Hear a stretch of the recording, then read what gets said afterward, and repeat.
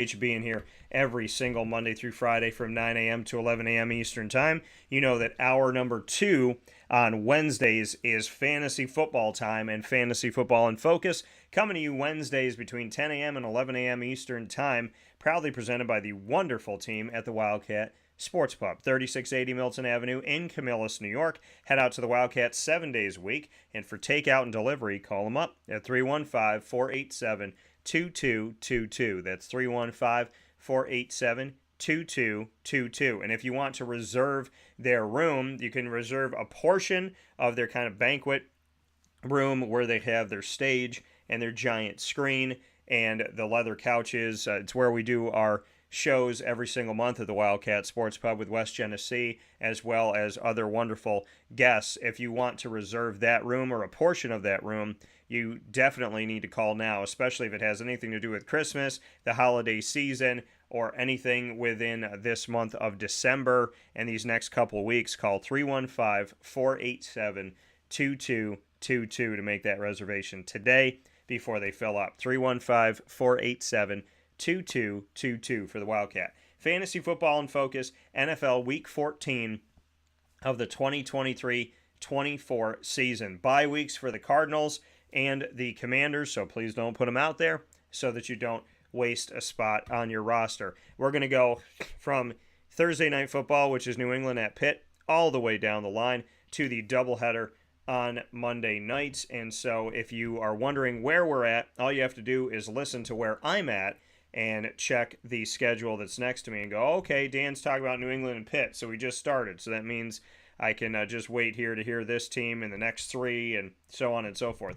If you have a question about your specific team, about your roster, about what you should do, what moves you should make, you are more than welcome to shoot me a message here on youtube.com/wakeupcalldt, facebook.com/wakeupcalldt, and on wakeupcalldt.podbean.com. So if you have a question, make sure you send it over to us, and I'll be more than happy to answer those questions as they come in. Always happy to answer questions.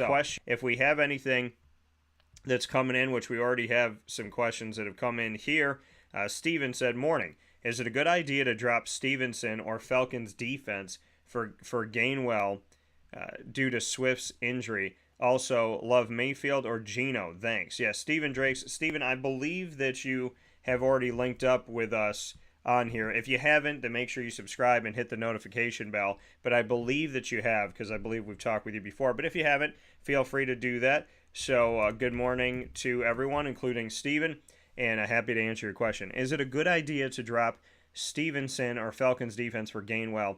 Yeah, I would drop the Falcons defense, man. I mean, the Falcons defense not really stopping anybody this season. Pick up Gainwell. I think he's good insurance to have, so I do like that. I would make that move. So, Steven, I'm going to go ahead and respond to you, and hopefully you are still on the line with us, but I'm going to send this over to you now. So I would say drop Falcons D, because I'm sure you can get another defense out there, and pick up Gainwell. And I streamline defenses, so I mean I might switch a defense every few weeks. So yeah, go get Gainwell due to Swift's injury. God willing, Swift will be back soon, happy and healthy and ready to go. Late Mayfield or Geno? It's an interesting question. Mayfield or Geno? I would have to say, well, I want to look up. I mean, I like Baker more. And I mean, he's got more. Well, I can't even say he has more weapons because they both have really good weapons. I'd probably say I'd lean toward Baker more at this point.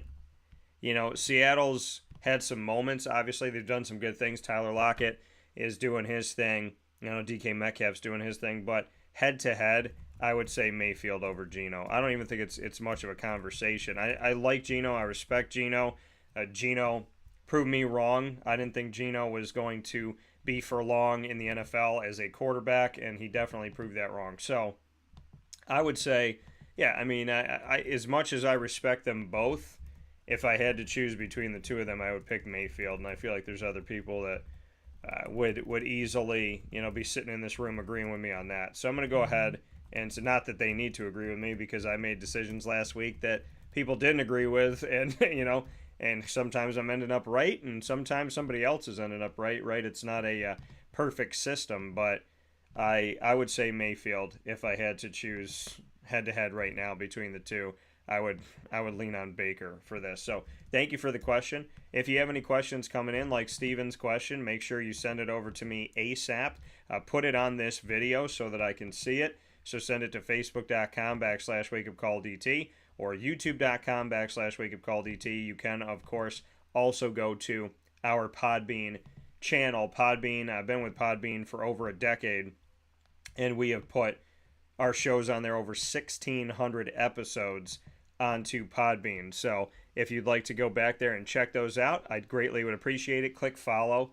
You can go to Podbean's app, search Wake Up Call with Dan Tortora, or you can go to wakeupcalldt.podbean.com right now. And while you're listening to us anywhere in the world, you can go ahead and subscribe to us. It is free to do that. So make sure you subscribe, and make sure you stay with us on Podbean, Facebook, and YouTube, as well as on our social media, which is Facebook. Once again, the same as our channel. You can either go to facebook.com/wakeupcalldt, or just go on Facebook or the app and search at Wake Up Call DT. So make sure you do that today. And while you're listening to the show even, and you can go on to X, the former Twitter, and you can find us by going and searching at Call DT, and on Instagram at wakeupcall_DT. So however you're connecting with us, thank you so much for tuning into the broadcast every Monday through Friday from 9 a.m. to 11 a.m. Eastern Time, and of course to all my fantasy football people. If you have a question, send those in as we go. If we've already passed the game that you have a question on, that's okay. I'll go back to it and answer your question. New England at Pittsburgh. We're going to start there. New England, I'm going to make this really easy for you. There's pretty much no one that in New England's kind of like, well, I can't even say that they're kind of like the Raiders of a couple of years ago, because the Raiders, there's still a bunch of people that I would have been like, no, you know what? I like that guy. You can go ahead and play that guy. So, the Patriots, there's not a lot to write home about. The majority of their receiving core is injured. Even when they weren't injured, nothing to write home about. Bailey Zappi is going to be the starter this week, it looks like. Ramondre Stevenson is hurt. Zeke is not what Zeke used to be. Hunter Henry is the only person that I would tell you to go to, but I really hope you don't have to. If you're relying on the New England Patriots to win you your fantasy football season, you're probably done playing fantasy this season. So, if I had to feet to the fire, I'd say Hunter Henry as a tight end. If you can play two tight ends, I'd have him as your second one. But I really hope that you're not relying on the Patriots to win anything, because this is by far the worst season they've ever had under Bill Belichick, and it doesn't seem like it's trending upward. The Pittsburgh Steelers, Kenny Pickett's hurt. Looks like we're going to see Mitch Trubisky go out there for this game. Yeah, so he's going to be the starter for this. Najee Harris is hurt as well. So Jaylen Warren might have some value for you if you want to pick up Jaylen Warren and flex him out as a running back 3 or a running back 4. I can see that being an okay decision. Every quarterback has their guy, and we heard that with Rob Carpenter in the first hour of the show. So ultimately, I would say, Deontay Johnson, George Pickens, as well, as maybe a Pat Freiermuth, are shots in the dark right now of saying, I hope it would work out. They are playing the Patriots, but this could be a really ugly game. This could be a 13-10 type of game. So ultimately, I, again, hope that you do not have to rely on these people to help you win a championship. If I had to pick, I would say George Pickens, then Deontay Johnson. If you're thinking about flexing anybody out, maybe you flex those guys out. Maybe you give them a shot. But again, I'm really hoping that you don't have to rely on it, because this is just not a great situation all the way around the spectrum, and it's not a good game to lean on at all. And I hope you don't have to. Tampa Bay and Atlanta. Let's jump into Tampa Bay and Atlanta. We're going to go to the road team first, as we always do. We were just talking about Tampa, and we were talking about Atlanta, thanks to Steve's questions. So, Tampa Bay, they're playing Atlanta's defense. So, this could be the week that you put Baker Mayfield out there. I got Baker Mayfield as a mid-range quarterback 1, and I like what Baker has brought to the table this season. He's done a better job than... I thought Kyle Trask at some point would get the opportunity to go out there. He hasn't allowed that to happen. So a big-time shout-out to Baker. He's done better than I had anticipated him doing, and I think it's great. So I think this could be a week for you to play Baker Mayfield. I think Rachaad White definitely needs to go out there. Mike Evans, I shouldn't have to tell you. Chris Godwin, I shouldn't have to tell you. So a lot of value there on Tampa. You might want to look at Tampa's defense and special teams, but this could be a high-scoring game. So I want to kind of temper your expectations there, but I definitely would not be playing Atlanta's defense. That is something that is pretty much cut and paste from week to week, unless they're playing like maybe the Bears or the Panthers or the Patriots.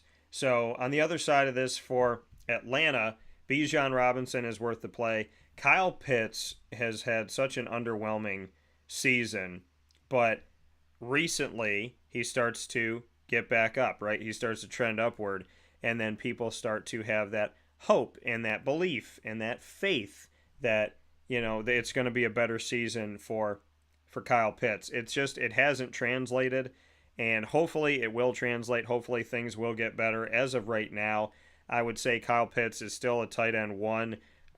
I don't have him as a top 5 tight end because of the fact that it's been so inconsistent, but I still think, he's worth the play. In this game against Tampa, do I expect him to do great things? No, but he's not a bad guy to put out there, and his namesake is still, I think, in a lot of ways, having people put him out, just hoping that things are going to get better. So I got him as a tight end 1. It's just up and down, and it's not consistent enough for me to feel great about it.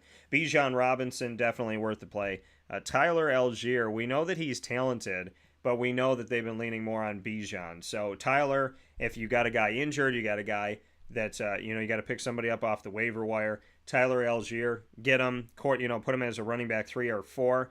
But inconsistency, again, talking about another Falcon with inconsistency, he doesn't make me feel great about his situation, so I'd probably hold off on him. But if you got to put somebody out there and you can flex somebody out as a 3 or a 4, maybe do that. Bijan, definitely a 1, and that's what I would have to say about Atlanta's side of things. Going into the next game that we have here, we're going to go to Detroit and Chicago, Chi-Town, and we'll go to Detroit first. Chicago is in a very awesome position because Chicago hasn't had a great season, but they don't have to.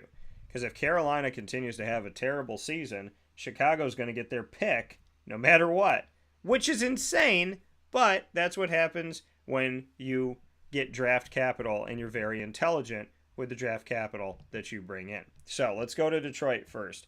Because they're playing Chicago, I like Jared Goff. It also depends on who you have on your team. If you have Pat Mahomes and Jared Goff, it's Pat Mahomes, right? So it depends on who is on your roster. That's why I always suggest that you send me over your questions and give me your individual team roster. But Jared Goff against Chicago, I don't feel very concerned about. And again, these are rivalry games. These are games within division. These are games with a whole lot of history. And we've seen what can happen. Detroit's having a good season.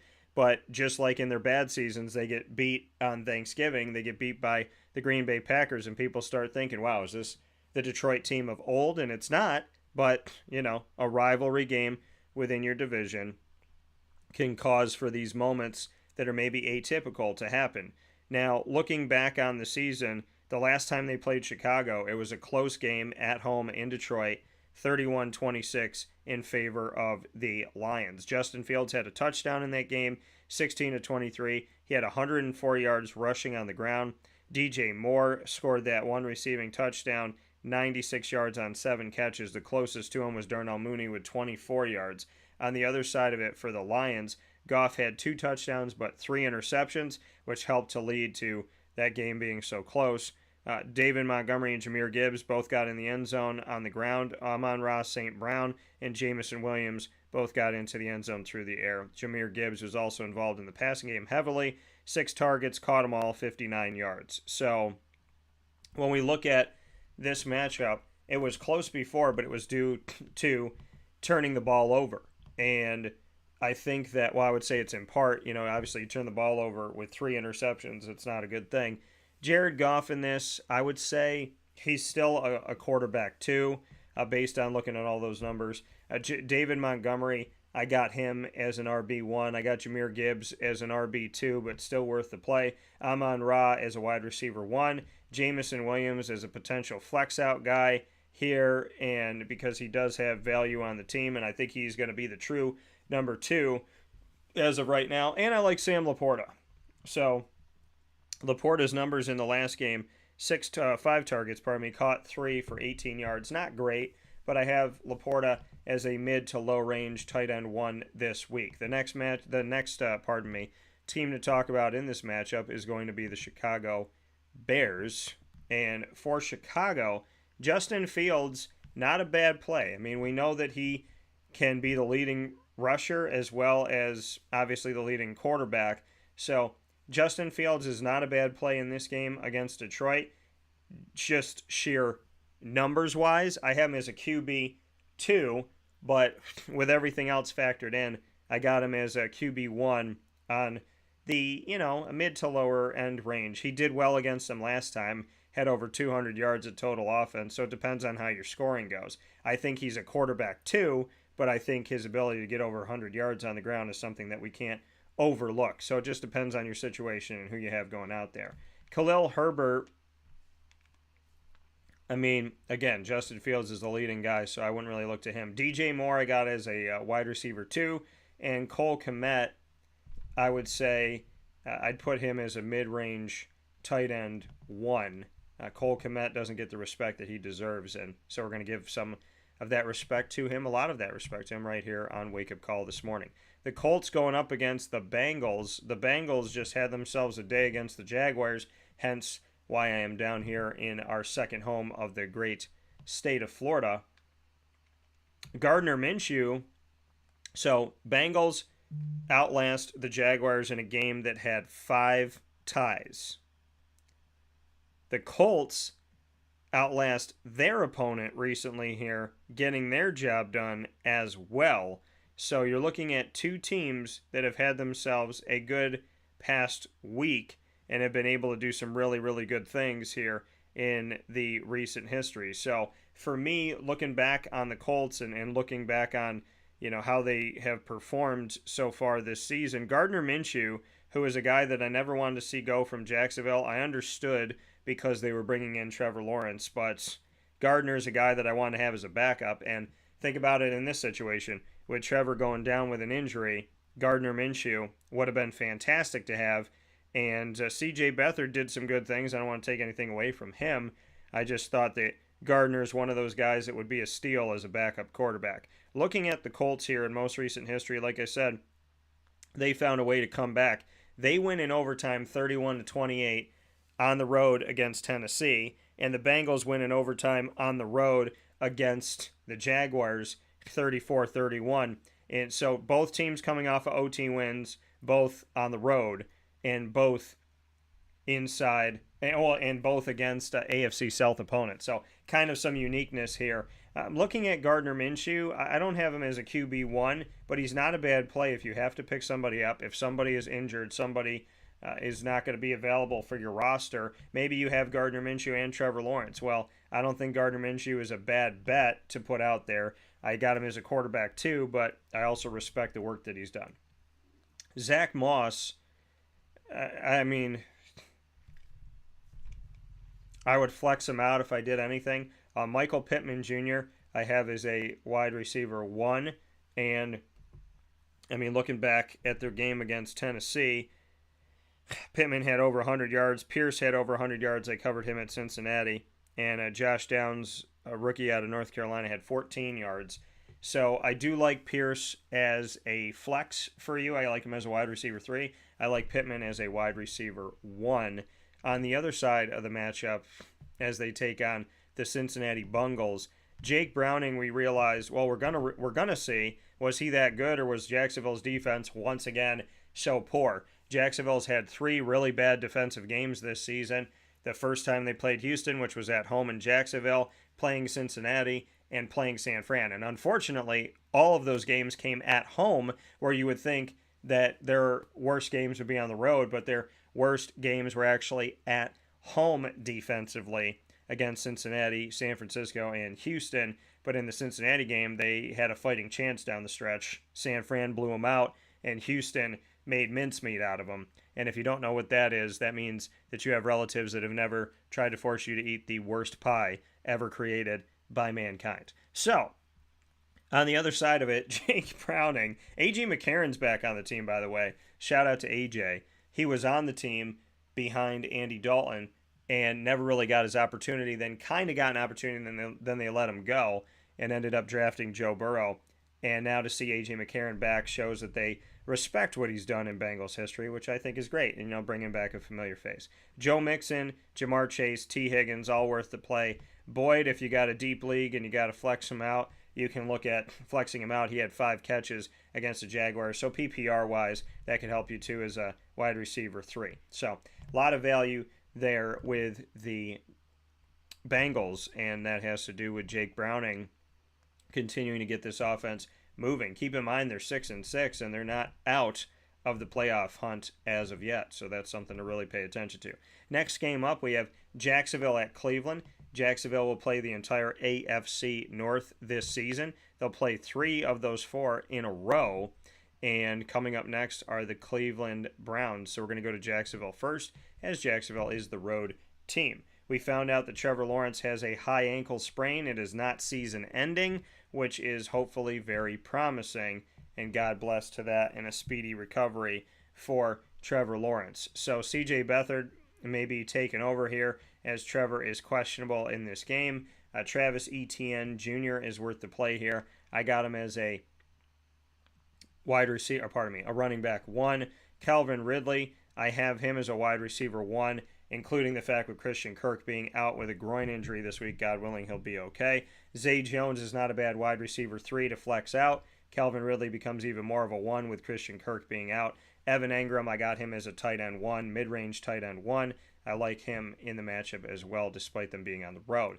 But Cleveland does help you turn the ball over, and if C.J. Beathard is going to be out there, he's more of a question mark than not right now, and every quarterback has their guy. So maybe he throws more to Parker Washington. Maybe he throws to Tim Jones. Maybe he throws to Zay Jones.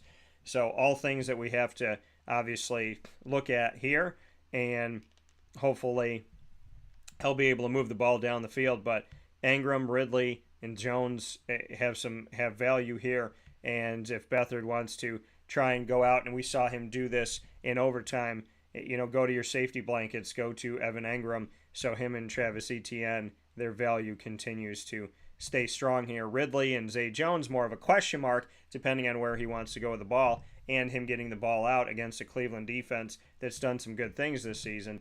But, ultimately, I do think that they have value.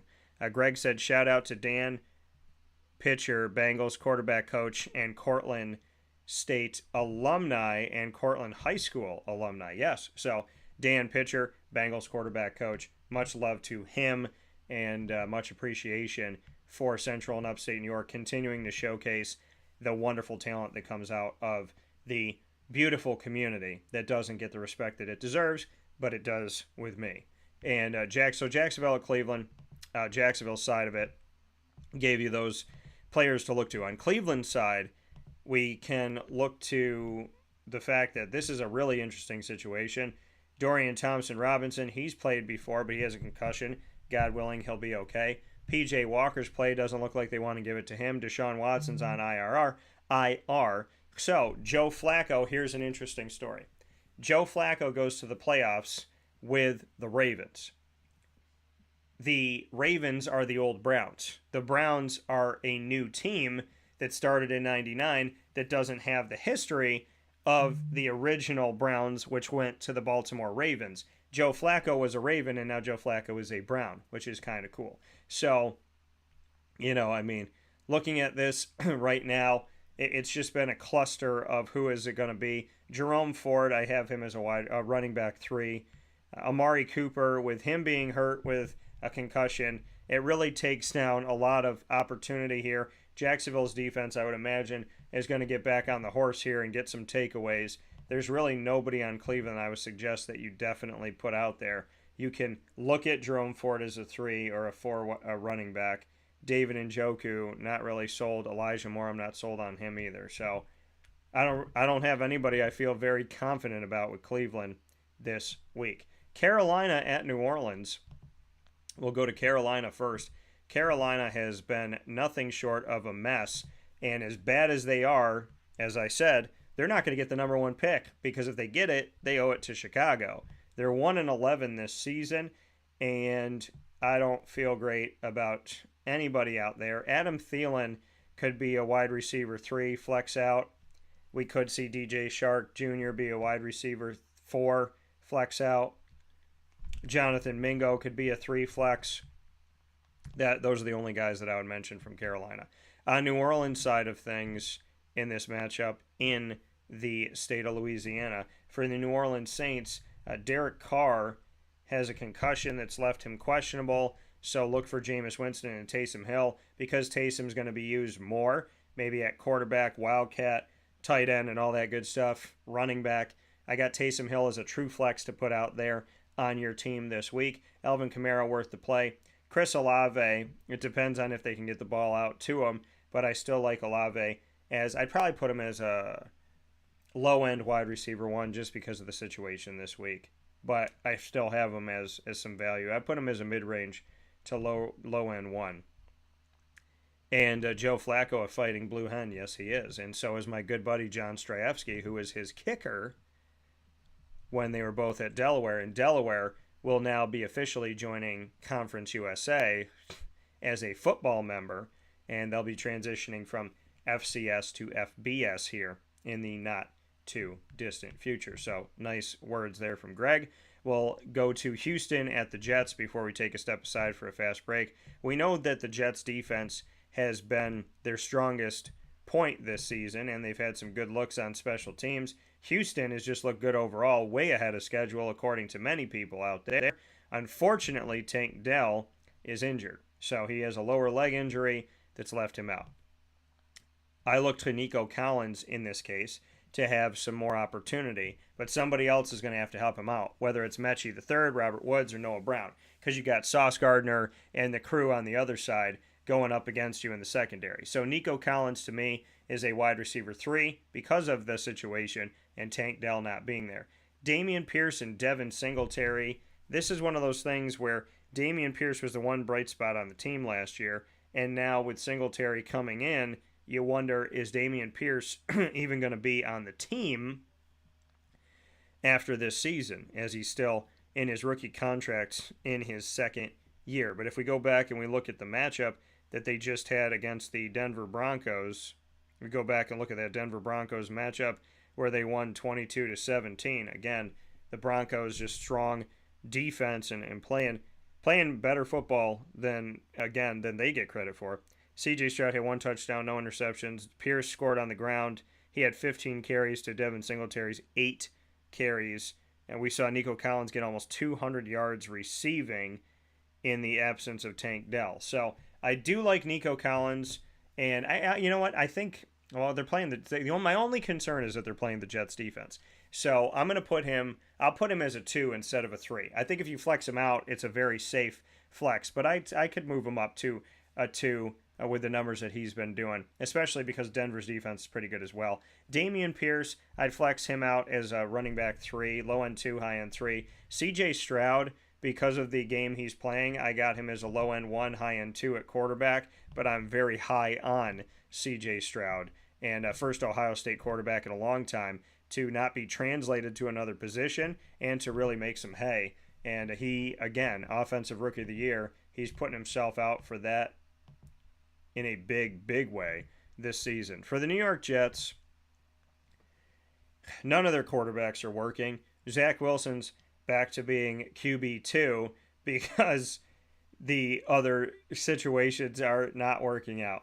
If you want to put Breece Hall out there as a running back 2, you can look to put him out there. And most recently in the Jets game that they just had here, the Jets have struggled this season. That is an understatement.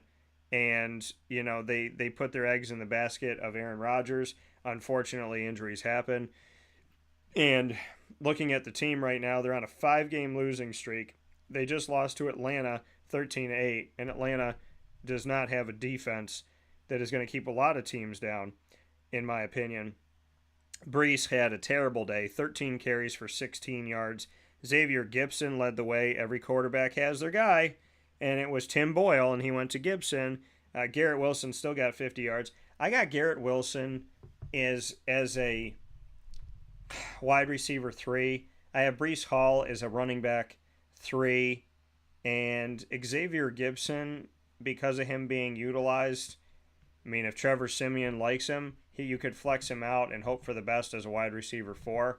But you're going to be rolling the dice, and it's going to be this late in the season. So you just got to be careful about doing something like that. We're going to take a step aside for a fast break. When we come back here on Wake Up Call with Dan Tortora, we'll continue Fantasy Football in Focus, NFL Week 14, proudly presented by the Wildcat Sports Pub, 3680 Milton Avenue in Camillus, New York. Go there for takeout delivery, as well as to sit, dine in, and enjoy your time. They are the perfect marriage of having a kid's birthday party, a sports banquet, an anniversary, somebody on a date, hanging out with your parents, and being there with your buddies or the ladies. It somehow all comes together and all works where there's a million different things going on at the same time, but it's a home for everyone. And the Wildcat Sports Pub is a home that I love going to. We've worked together for over 8. We're in our 8th year right now. So very happy to be together here now in year 8. And I love working with them and have the utmost respect for Danny Tome and his team.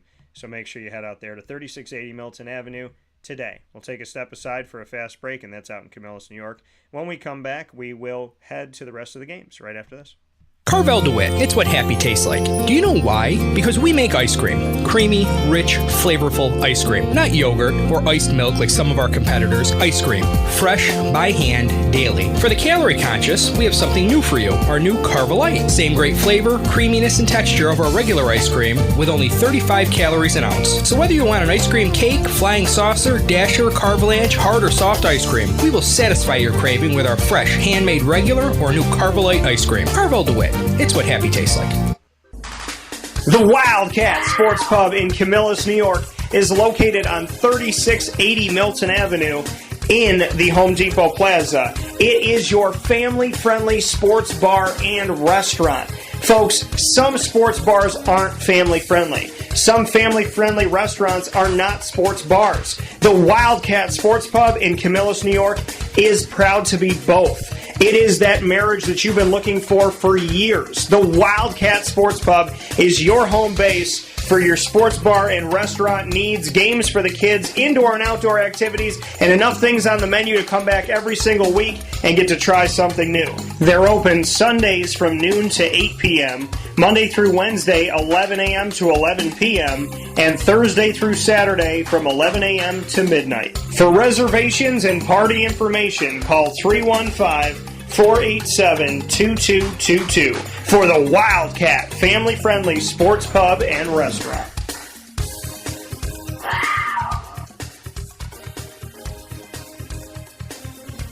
GG Cards and Breaks. Like, comment, subscribe. GG Cards and Breaks, the perfect place to get even closer to those teams and athletes that you love with football, baseball, basketball, soccer, hockey, all sport packs and opportunities, cards that are there for you, singles, graded cards, boxes, and of course, like I said before, packs. You can go there and find the players, hopefully, that you're looking for while supplies last, because we know any given day, anybody can go in. We just had that happen this past week. My buddy went in for a box, and they had all been bought up. I think they had maybe 8 of those boxes gone. We put up a video that showed the box on it. The video came out around the time that the box was put on the shelf. We showed the video, and within, a day, they were gone. So a day or so. So make sure you get out to GG Cards and Breaks today. Don't waste a moment to bring home those awesome cards that will either be a part of your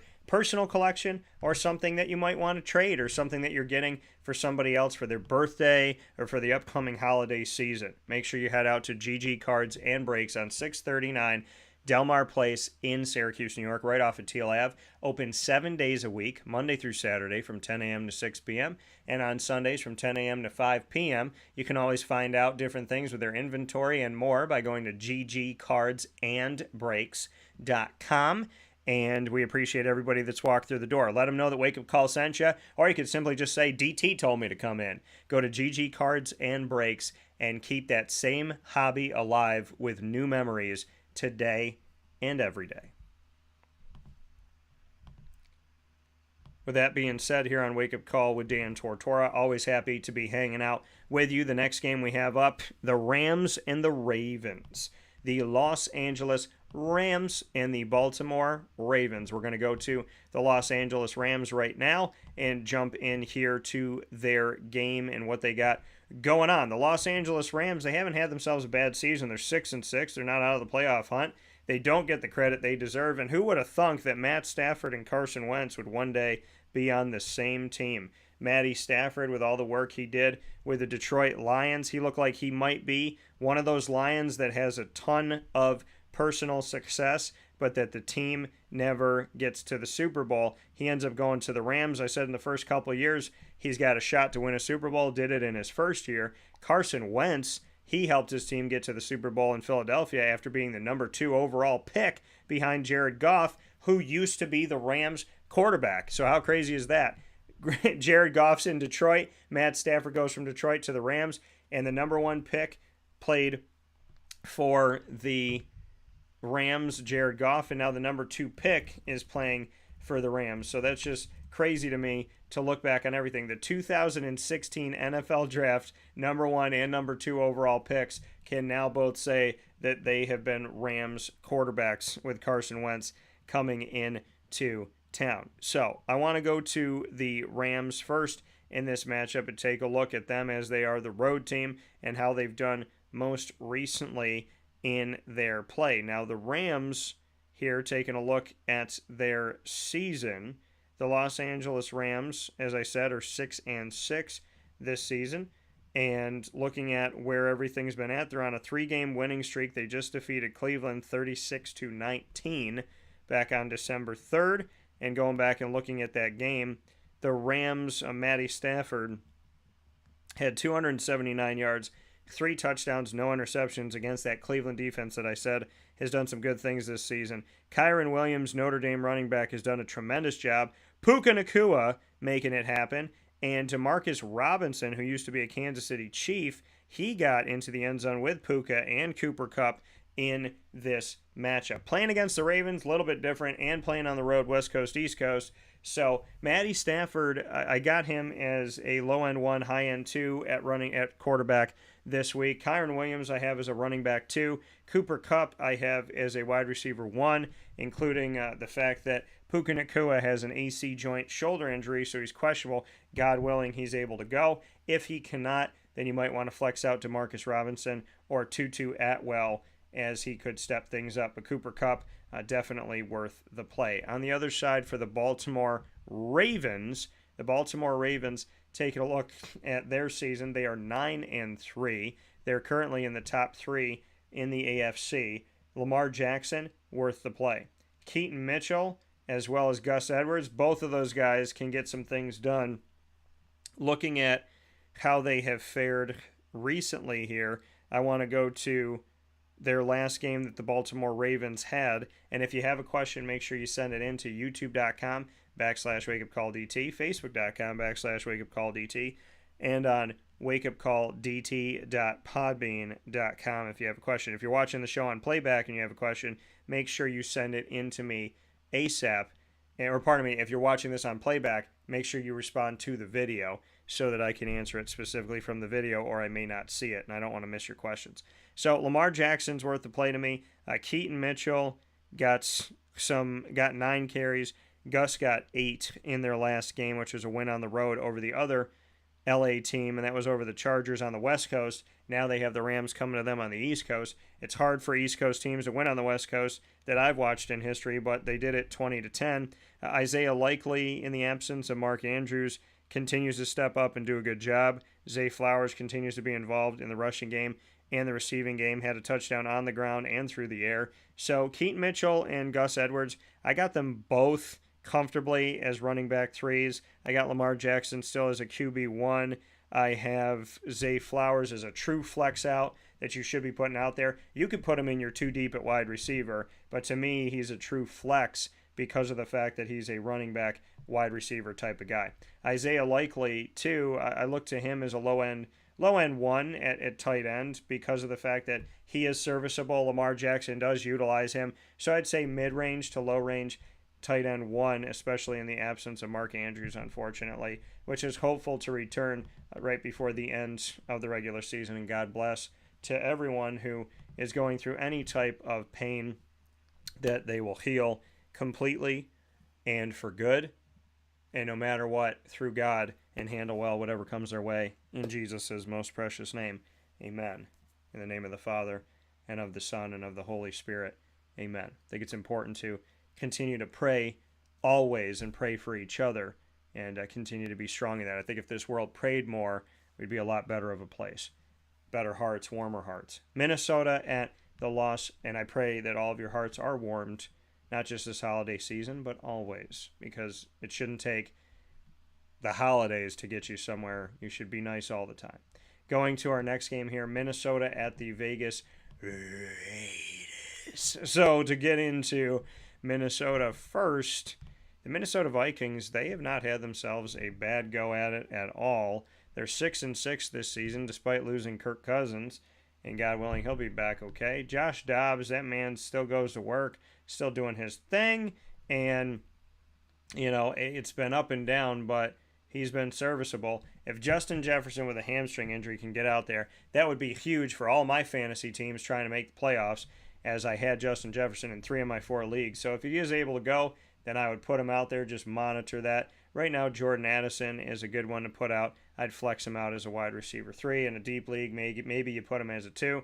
I like TJ Hawkinson as a low-end 1, high-end 2, just because of the quarterback situation and not fully knowing kind of where you're going to set things up. If we take a look at how they've done most recently, the Minnesota Vikings here, looking at their recent play on the field, their last game that they had for the Minnesota Vikings, they're on a 2-game losing streak after a 5-game winning streak. They lost to Chicago, who is terrible, so I can understand them looking to maybe make some changes, and 12-10, they end up losing the game. Looking at the Vikings, on their side, Josh Dobbs had 4 interceptions again. How are you supposed to win when you're turning the ball over 3 to 5 times? Madison had 52 yards on the ground. Dobbs had 11. TJ Hawkinson still getting utilized a bunch and had the only touchdown that was thrown by Josh Dobbs. So I still like TJ Hawkinson as a tight end 1, especially with them going up against the Raiders. I don't feel great about the Raiders. Watch Justin Jefferson, Jordan Addison as well with the Justin Jefferson's injury. Hopefully he's coming back. You can flex out Madison as a running back 3. I wouldn't trust him as a 1 or a 2 consistently. On the other side with the Las Vegas Raiders, the Raiders this season have not had a good season. Their season has been rather quiet, and they are currently 5-7. Not horrible, but not great. Aiden O'Connell continues to be the starting quarterback, continues to play well. And when they said Syracuse didn't play anybody last season to open up the season and that those games didn't matter, I told everyone that Aiden O'Connell is an NFL type of talent at quarterback. And in that win over Purdue, where he had, I think, 4 touchdowns and over 400 yards, I said to myself, this guy is going to be in the NFL. And now he's a starter in the NFL over a guy who's been to 2 Super Bowls in Jimmy Garoppolo. So says something about Aiden O'Connell's play. Now, in the loss to the Chiefs 31-17, which was at home for the Raiders, Aiden O'Connell 23 of 33, 248 yards, 1 touchdown, no interceptions. Jacobs had over 100 yards rushing. Jacoby Myers got involved. Devontae Adams both with 70-plus yards. Hunter Renfrow had 38 yards on the day. So he's moving the offense. He's doing some good things with it. And Jay has a question here. So, Jay, I'm going to answer your question in just 1 second. So I would say, in this matchup with Minnesota, I would say Josh Jacobs is a running back 1. Devontae Adams, I got him as a wide receiver 1. I got Jacoby Myers as a flex out type of guy, as probably a wide receiver 3. Michael Mayer, I'm not feeling great about Austin Hooper. Just kind of this mix-up that they have here. Hooper's been on a bunch of different teams and hasn't really caught on, so I'd probably stay away from that. Jay said Green Bay over Browns defense this week. Well, Jay, thank you first and foremost for being here with us, and make sure that while you're here, make sure to subscribe and hit that notification bell. So make sure to subscribe with us here on our Wake Up Call channel. We would love to have you here with us and be with us every week for fantasy football content. So make sure to subscribe and let us know where you're watching from. So let us know where you hail from so we can give you a little shout out here, Jay. But to answer your question, Green Bay's defense against the Giants, and yeah, definitely over the Browns defense. The Browns are playing the Jaguars. So I would say that, Jay, you should go with that. So go with Green Bay defense this week. And like I said, make sure to subscribe and let us know where you hail from so we can shout you out. Evan, also for you as well, Evan, we're going to take your question now. Evan, make sure to subscribe yourself and let us know where you hail from so we can give a shout out to your hometown.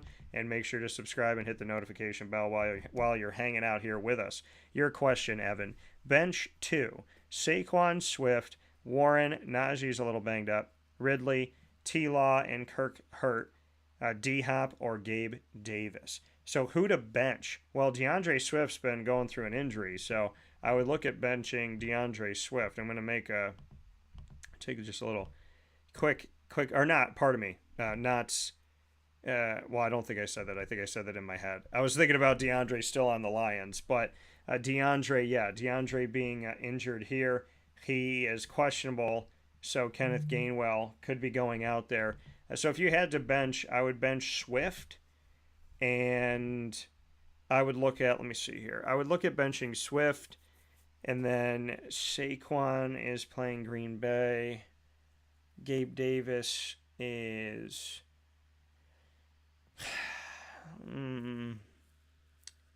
they're playing Kansas City. So you got to bench 2. I wouldn't bench Calvin Ridley. D-Hop is going up against, and we talked about D-Hop earlier here, I believe. Oh, no, we didn't. D-Hop is going on Monday night. So I would say, it's a tough one, man. I would probably bench Swift, and I would probably bench...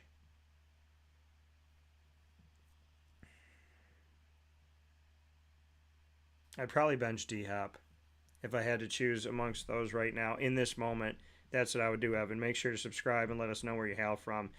Jay's coming to us from San Antonio, Texas. Shout out to you, Jay, and shout out to the wonderful city of San Antonio and to the state of Texas. He said, go Cowboys. I'll be in Dallas to watch the boys lay the smackdown on the She-Eagles Sunday, he says. That's coming from Jay. So Jay letting us know where it's at and how he feels. Jay, thank you for that. If you have any other questions or any friends that have some questions, have them come over, subscribe to us here on youtube.com/wakeupcalldt. Or if you go on YouTube, you could simply just search at Wake Up Call DT. Evan, make sure that you subscribe as well. And Evan said, subbed, and I'm from Northern Virginia. Shout out to North Virginia. He said, I'm unfortunately a Commanders fan. Well, Evan, I got a couple buddies that are Commanders fans. I'm going to tell you what I'm going to tell them this week. You can't lose because you're on bye.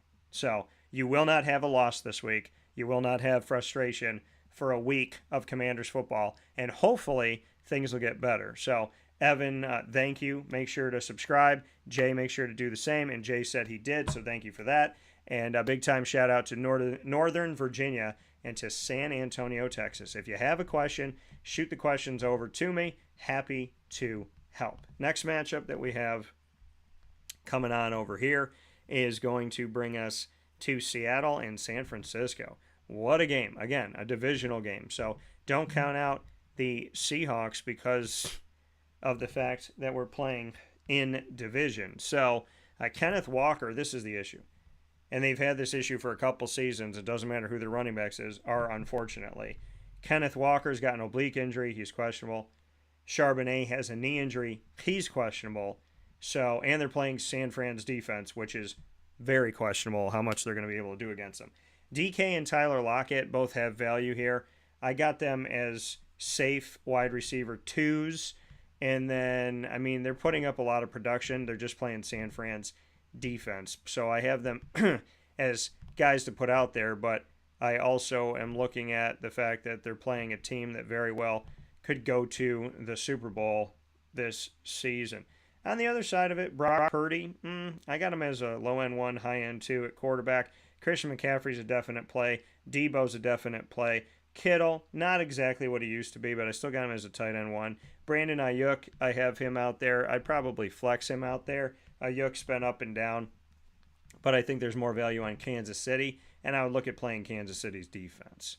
Or pardon me, Kansas City. More value there on San Francisco, and I would look at playing San Francisco's defense, is what I meant to say. I switched a red for a red, but I know what I meant. Next one that we have up here, Buffalo at Kansas City. Man, Buffalo's had themselves a treacherous year. They're 6-6.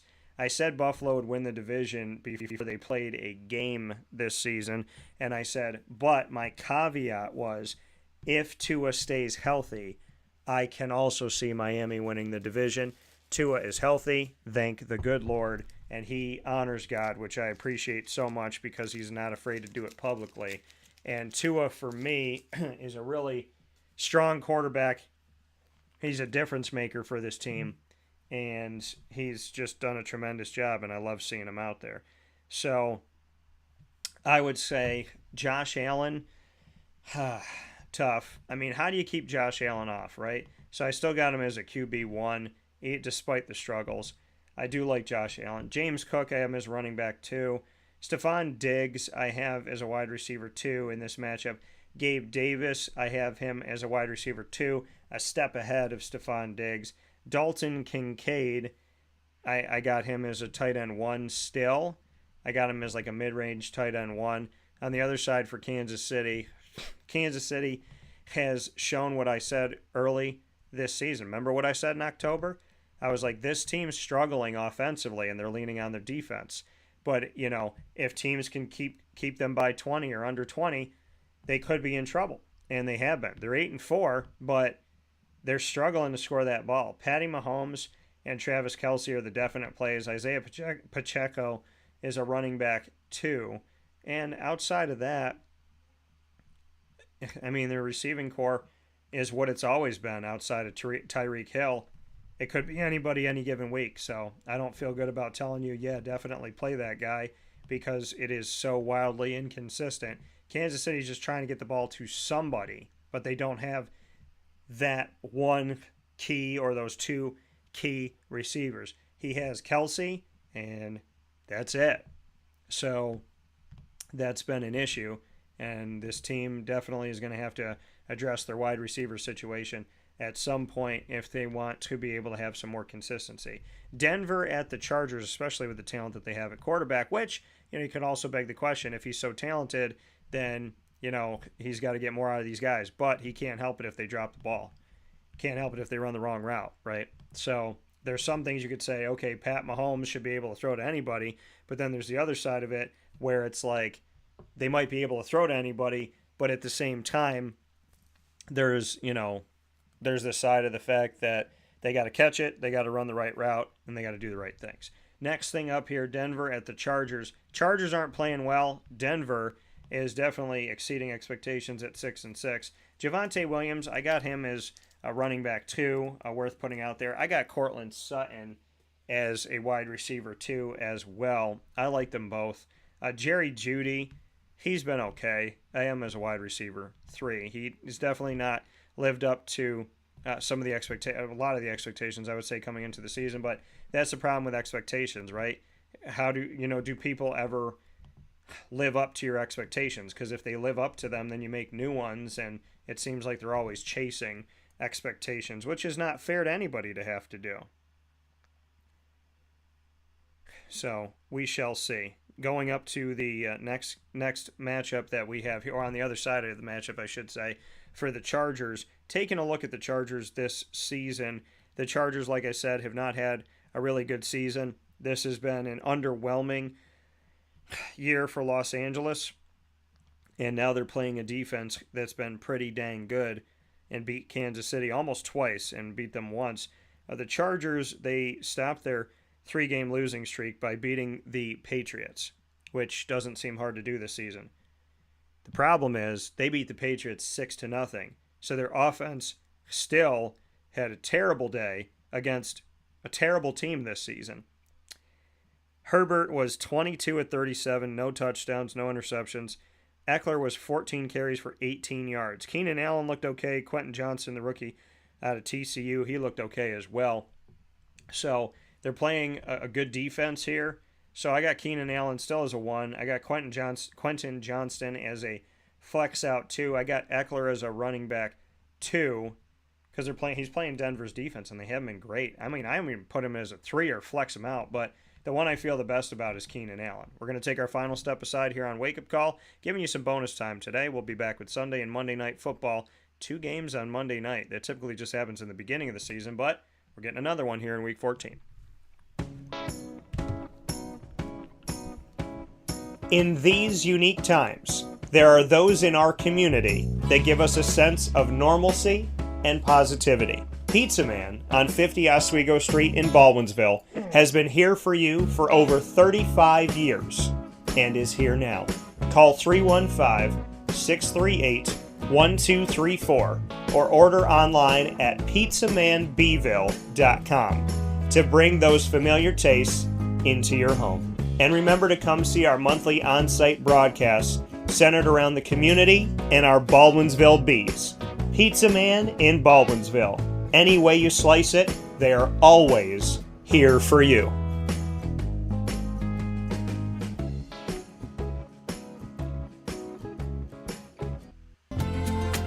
Looking for your next ride? Look no further than Great Lakes Honda City, located on 7140 Henry Clay Boulevard in Liverpool, New York. Serving our community for decades, their new and pre-owned vast array of vehicles are available to you Monday through Saturday on site. To search from home, shop at GreatLakesHondaCity.com. Call 315-365-5576 to set up an appointment. That's 315-365-5576 for Great Lakes Honda City, 7140 Henry Clay Boulevard in Liverpool, New York. Great cars, great people, Great Lakes.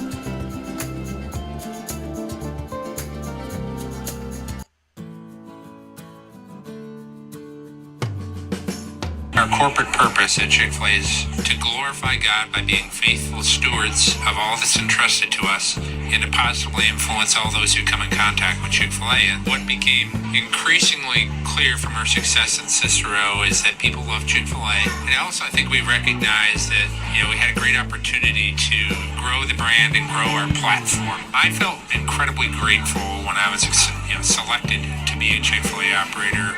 I think what it's meant for me, what I've come to realize on a very deep level is that this is a calling for me. It's not a career, it's not a job. The Lord called me to be a Chick-fil-A operator and to use these restaurants to glorify Him and to positively influence other people. I'm blessed. I'm very blessed. Head to Chick-fil-A Clay on 3974 State Route 31 in Liverpool, New York. Welcome back here to Wake Up Call with Dan Tortora as we are here with you on the road down in our second home of the great state of Florida. Shout out to MT, Papa Joe, who will be on the show tomorrow, and my big brother, Joseph. So with that being said, we have our Sunday and Monday night. Philadelphia, Dallas. Did we finally get a great... we've had some good Sunday night games. It took a little while. To get there.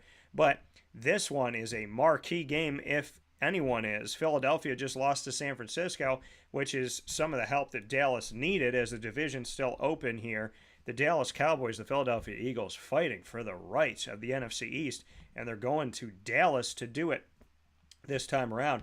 And they'll be without, potentially, DeAndre Swift, which is a tough thing here, and God willing, he'll be okay. Kenneth Gainwell, worth the play. I got him as a running back, too, if Swift stays out. A.J. Brown, Devontae Smith are 2 wide receiver 1s. Jalen Hurts is a QB1 for me. And outside of that, Dallas Goedert, if he's able to play with his forearm injury, then look to potentially put him out there. I have him as a lower end. I got him as a mid to low, a mid-range tight end on a good day. With an injury, if he's able to play, I have him as the lower end tight end 1. But just monitor his injury. On the other side of it, Dak Prescott, he is a QB1 this week.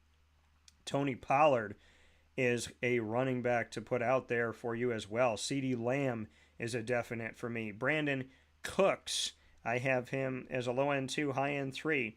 Jake Ferguson, who stepped up here for the Cowboys after they let go of Dalton Schultz, which I still didn't understand why, but Jake Ferguson, he's had himself a good time here. I got him as a mid-range tight end 1, outside of the top 5 in the nation, but it's really hard to get into those top 5, but I still got Jake. I got him outside of that, but very much worth the play, So I do like Jake Ferguson, and I've continued to like him, and he might come up big in this game. So this is a huge, huge game for both teams that are involved. This is a massive game. This is the difference between Philly locking it up and the Cowboys still having fighting odds here. If we take a look at where things are at right now for the playoffs, as we have just a few more weeks to go, folks, believe it or not, it always sneaks up on us. So Philly is in first place, San Fran is in second.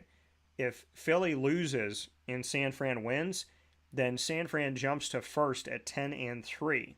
The Cowboys, if they beat the Eagles, they'll be 10-3, and the Eagles will be 10-3. And now we're seeing a potential shift there as well, because that would split their series with the Eagles, as the Eagles won the first game against the Cowboys. So this would split the series this season, and that game was 28-23 at Philadelphia. This one's in Arlington for the Cowboys. So this is a big change. This 1 week of football, if Dallas beats Philly and San Fran wins their matchup over Seattle, San Fran and Dallas will be fighting there to get to the top spot. Philly could be going from first place all the way out of it to 5th place and have to play on the road after being the strongest team out there this season for the majority of the year, I would say. San Fran had a hiccup of the 3-game losing streak, and they've been they have been on it since their bye week, coming out there smacking Jacksonville and just going after everybody since then. So it's looking that this week is going to be incredibly important for a shift in the NFC. San Fran's got to win, Dallas has got to win, Philly's got to lose. If Philly wins, well, then we could see status quo. So we move on from here. Philly's got San Fran and Dallas chomping at their heels. A lot of things can happen this week, and Dallas has a chance to control their destiny. San Fran has an opportunity to control their destiny and get a little bit of help from Dallas, and we'll see where it goes from there. So, a lot of value on both sides. Massive game. You know where to be Sunday night. NBC, 8:20 p.m. Eastern Time. Tennessee at Miami. This could have been a good game in history, but Tennessee has had a really awful season. Houston is ahead of schedule. Tennessee just fell off the map. They didn't have a great year last year. This year's been even worse for the Tennessee Titans, which has been atrocious. Mike Vrabel, coming from the Bill Belichick coaching tree and playing on the Patriots before that, things were looking good. Things were looking up. Now Derrick Henry, he's questionable with a head injury. Everybody else is injured except for Tajay Spears, who I covered at Tulane when they won in the Cotton Bowl over USC, and Caleb Williams. I got Tajay as a flex-out guy if Derrick Henry's unable to go. D-Hop I got as a wide receiver 2 in this matchup. On the other side of the matchup, the Miami Dolphins, I would play their defense and special teams because I think they're going to have some fun this week on Monday night in a Monday night doubleheader. I like Miami's defense and special teams. Of course, I like Tua. I like Raheem Mostert in the matchup as well. Tyreek Hill, Jalen Waddle. Man, the gang, I think, is going to get some awesome. If you got any of those guys going into Monday Night Football or the defense and special teams, I think you might help yourself win the week. Even if you go into Monday Night Football down a little bit, I feel good about it. Green Bay at the Giants. This game, Green Bay is playing better. The Giants are just... Tommy DeVito's a starting quarterback. Covered him at Syracuse. All the respect in the world to Tommy DeVito and his family, as always. And I appreciate them tremendously. And, saying all of that, we look at the fact that Green Bay is coming to the Giants, and I definitely can appreciate Green Bay going to the Giants here. And I can appreciate Jordan Love's play at this point in the season. I can appreciate Tommy DeVito working his tail off to do some good things as well after being an undrafted rookie this year. So we're going to go to the Green Bay game. Green Bay played Kansas City at home on Monday Night Football, and to the surprise of many, won the game 27-19. So not only won, but won by almost double digits. Looking at the Packers most recently, Jordan Love, 3 touchdowns against Kansas City's defense, which was their bright spot this year. A.J. Dillon, who I told you to play, he's been doing some good things. Romeo Doubs, Christian Watson, people getting involved. Jaden Reed, he's had some good moments, a little bit quiet, 4 catches, 16 yards on 5 targets to him recently here. But there's a lot of value with the Green Bay Packers. Now, on the Giants side of things, taking a look at how the Giants have fared here, the Giants this season haven't had a great season by any stretch of the imagination. They are on a 2-game winning streak, though. And on that 2-game winning streak, Tommy DeVito's been their quarterback. One on the road for his first ever NFL win as a starter, 31-19. Then one at home against New England, which is always a huge thing. Even in a bad year, he can say that he beat New England when Bill Belichick was the head coach. 10-7, they won that dogfight at home at MetLife. They're going to be back at MetLife for this game, and Tommy DeVito in that game, 1 touchdown, no picks, 17-25. Saquon Barkley, 12 carries for 46 yards, not great. Jalen Hyatt, every quarterback has their guy. Jalen Hyatt, 109 yards, 5 catches, targeted 6 times.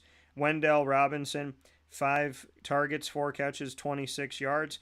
And Tommy DeVito completed a pass to 9 different players in the game. I think Tommy DeVito and the Giants could win this game. I think Tommy DeVito could come out with a victory here at home. On Green Bay's side of it, Jordan Love up against the Giants defense. This might be the week to play Jordan Love. I got him as a mid-range quarterback 1, but I like the matchup. I like Romeo Doubs in it, and I like Jaden Reed even more if Christian Watson's unable to go with a hamstring injury. God willing, he is able to go, but we shall see. Tucker Kraft, he's been having himself a good season as of late. I put him as a mid-range tight end 1 for this matchup, especially playing the Giants defense. And looking at the New York Football Giants, I would have to say, looking at this matchup, Saquon is worth the play. And I mean, Jalen Hyatt or Wendell Robinson, if you want to flex those guys out, you can look at doing that. Justin Pugh, blocking for Tommy DeVito, both played at Syracuse, and neither one of them got to play with each other. So now they have the opportunity to be together on the field, and it's so cool that Justin didn't block for Tommy at Syracuse because they were there at different times, but now the 2 former Syracuse players are together and Justin's blocking for him now, which is a really cool thing to see, as Justin blocked for Ryan Nassib, who is also a New York Giant. Small world. Saquon Barkley is the one I feel safest about. Wendell Robinson and Jalen Hyatt, you could look at flexing those guys out in the matchup. With that being said, those are all of our games here for NFL Week 14. Fantasy Football in Focus. Once again, the Cardinals and the Commanders are off. This is proudly presented by the Wildcat Sports Pub. Go there to watch all of your games and everything that you do, as well as your anniversaries, birthday parties, dates, getting the family together, getting your friends together, having a little reunion. If you want to reserve their room, you can have a private room reserved for you or a portion of that room by calling 315-487-2222. But do it right now when the show ends, because they fill up extremely fast. 315-487-2222, and you can also call that number for Takeout and Delivery, and you can go see them 7 days a week on site at 3680 Milton Avenue in Camillus, New York, in the Home Depot Plaza. for the Wildcat. Big time thanks to Nate Champion and our special, and to the Lemoyne Dolphins for making me your exclusive multimedia marketing partner more than 2 years ago. God bless, and many thanks to all of you.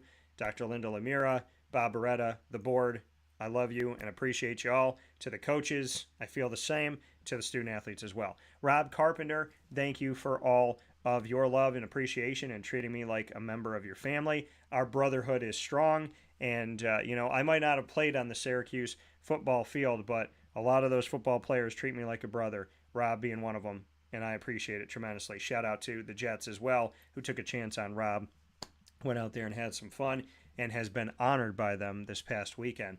And a big time shout out to the Wildcat for all that we've done in over 7 years of working together, now in year number 8, and for their connection to fantasy football, they being the exclusive home of our fantasy football drafts and leagues in Central and Upstate New York, and just being all-around wonderful people. Thank you to Danny for believing in me 8 years ago. I appreciate you, brother, very much so. So thank you for everything.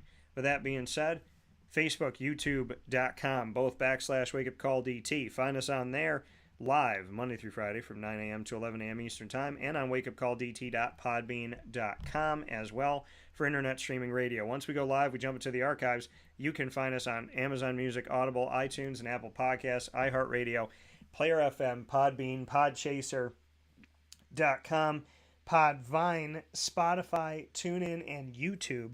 All you have to do is search Wake Up Call with Dan Tortora, or one word, Wake Up Call DT. Make sure to follow, subscribe, and stay with us so you never miss a broadcast again. Thanks to our incredible partners in Central and Upstate New York. Carvel DeWitt, today is buy one, get one. Go and get the DT Dolphin, one for you and one for someone that you love. Go and get the DT Dolphin today. Might as well make that your first date. And then when you get married, you can go back there and get the DT Dolphin to celebrate your anniversary. On 4322 East Genesee Street in DeWitt, New York, the DT Dolphin. Mint chocolate chip, green for the Dolphins, hot fudge, whipped cream, cherry, green and gold sprinkles, and a chocolate dolphin jumping out of your whipped cream. Ma and Pa's Kettle Corn Popcorn Factory, the perfect place to get a gift basket that you can customize for the ones that you care about. Go to 201 7th North Street in Liverpool, New York. Let them know that Wake Up Call sent you. The Wildcat Sports Pub, GG Cards and Breaks, Chick-fil-A Cicero, Chick-fil-A Clay, PB&J's Lunchbox, Canine Camp Dog Daycare, Avicoli's, Canine Campground Dog Boarding, Mother's Cupboard, where you can go and get my sandwich 7 days a week, the Cusemec Mother on 3709 James Street in Syracuse, 6 a.m. to 1:30 p.m. Go and get my breakfast sandwich that will change your taste buds' lives forever. Bacon, egg, and cheese inside of 2 pieces of French toast. Top it off with some syrup and cut it up, or pick it up and eat it like a sandwich. Pizza Man, where we will be tomorrow night for our Syracuse football future conversation with Rob Drummond. Can't wait to see you out at Pizza Man. 6 o'clock this Thursday, December 7th. On the heels of Rob and I both meeting and getting to talk with the head coach, Fran Brown, we'll be giving our thoughts to the Syracuse football fan hopefuls on what we think moving forward. Great Lakes Honda City, speaking of moving forward, get your vehicle that'll move you forward there today on 7140 Henry Clay Boulevard in Liverpool, and go to North Star Nutrition and Nutrition Wave. North Star on 628 South Main Street in North Syracuse, New York, and Nutrition Wave on 6197 New York 31 in Cicero. They both have my exclusive drink, a healthy tea called the Mike Drop. Walk in there and ask for the Mike Drop today. Blueberry, blackberry, pomegranate, watermelon, and strawberry all mixed together for a fantastic taste bud and healthy drink that you can get today. Go and get the Mike Drop. Shout out to everybody who has made it such an awesome seller at North Star Nutrition, as well as Nutrition Wave, the exclusive home of my Mike Drop. And they've unveiled their 6 holiday teas and 6 holiday shakes. Go in there and get them all throughout the month of December. You get your punch card filled out. You get all 12. You get a special treat from North Star Nutrition and Nutrition Wave. So make sure that you go out and do that today and let them know that Wake Up Call sent you, or you can just say DT sent you.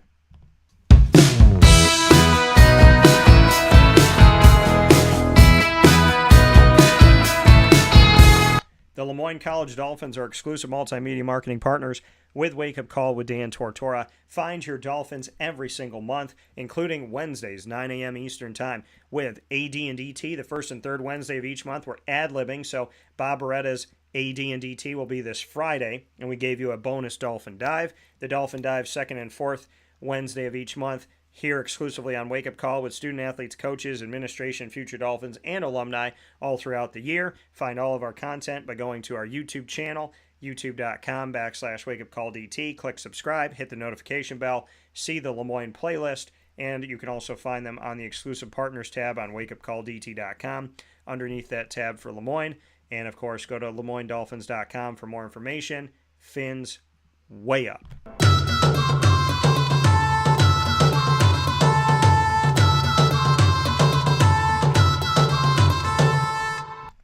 The Bryan and Stratton College Bobcats of Syracuse bring you the Bobcat Buzz in our exclusive multimedia marketing partnership with the Bobcats every single month, giving you coverage of the Bobcats that you've never had before. You can find your Bobcats with student athletes, coaches, and administration hanging out here with us. Always love and appreciate the Bobcats and everything we get to do together with men's and women's soccer, men's and women's basketball, baseball, and esports will be coming on soon here.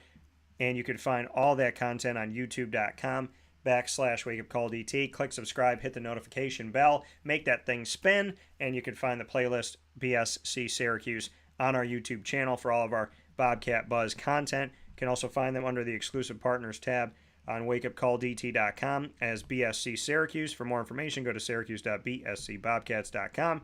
As always, go Bobcats. With that being said, I will bid you adieu. The next time you see me, God willing, I will be back in the studios in New York. Thank you to the great state of Florida for loving me up for all of these years as well as you do. I cannot tell you how much I love you because I don't have enough words for it. I hope you have a great and wonderful and safe day. Please be kind and good to each other. Don't let anyone's opinion of you affect the way that you look at yourself. Be good to yourself, be good to others, and remember, you never know what someone's going through. God bless, no stress.